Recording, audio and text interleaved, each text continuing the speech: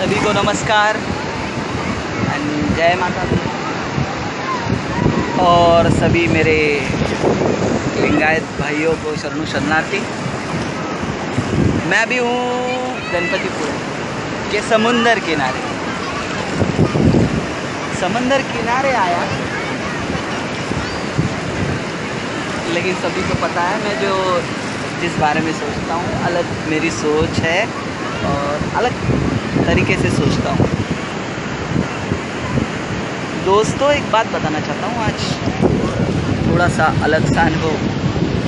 जैसे समंदर की कोई लहर आती है ना, अपने साथ में ढेर सारा पानी लाती है और तुम्हें डुबाने की कोशिश करती है, लेकिन डुबा नहीं पाती है।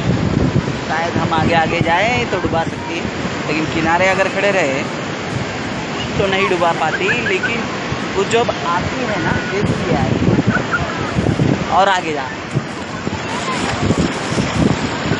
आई ना, तो आते टाइम तो कुछ नहीं, लेकिन जाते टाइम अगर आप एक जगह खड़े रहे तो आप एक गड्ढा बनकर उसमें धंस जाते हैं रेती में। क्या सीखे दोस्तों इससे?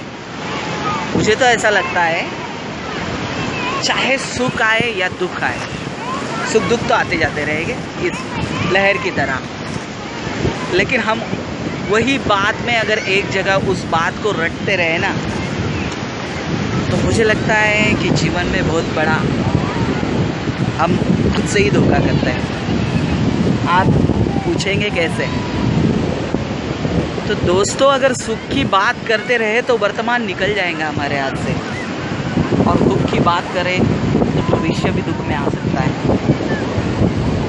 सुख की बात करते रहे तो वर्तमान तो अच्छा जाएगा, लेकिन भविष्य में दुख आ सकता है। अगर दुख की बात करें भूतकाल के, तो जो सुख का वर्तमान चल रहा है वो खराब हो सकता है। यही प्रकृति हमें सिखाते रहती है। और मुझे इस समय आलम प्रभु का एक वचन याद आ रहा है। वो कहते हैं, अनुभव से ही लिंग जन्मे, या अनुभव से ही भगवान का निर्माण हुआ, अनुभव से ही गुरु जन्मे। यानी ज्ञान का ही निर्माण अनुभव से हुआ है। अनुभव से ही जंगम जन्मे, यानी समाज की निर्मिति या कुछ सद्विचारों की निर्मिति ही अनुभव से हुई है। अनुभव के शरण में हम सब शरण सुखी है, और यही अनुभव गृहेश्वर मुखी है। यानी भगवान भी हमें अनुभव से ही मिल सकते हैं। वो किसी मंदिर में या किसी मूर्ति में नहीं है, बल्कि पूरी सृष्टि में है। सृष्टि हमें सिखाते रहती है ये निर्विकार निरंकार भगवान का रूप। क्योंकि बसवन्ना कहते हैं, वृक्षाचा तो देव देव नहीं, यानी पेड़ में जो भगवान मानते हैं वो देव नहीं है, पत्थर में भी भगवान नहीं है, तो भगवान कहाँ है? तो दोस्तों बसवन्ना कहते हैं कि भगवान है तुम ही, भगवान है अंतर्यामी, भगवान है तुम ही। यानी अपने अंतर में भगवान बैठा है, सृष्टि के कण कण में भगवान बैठा है, और ये सृष्टि का कण कण का भगवान हमें ज्ञान देते रहता है।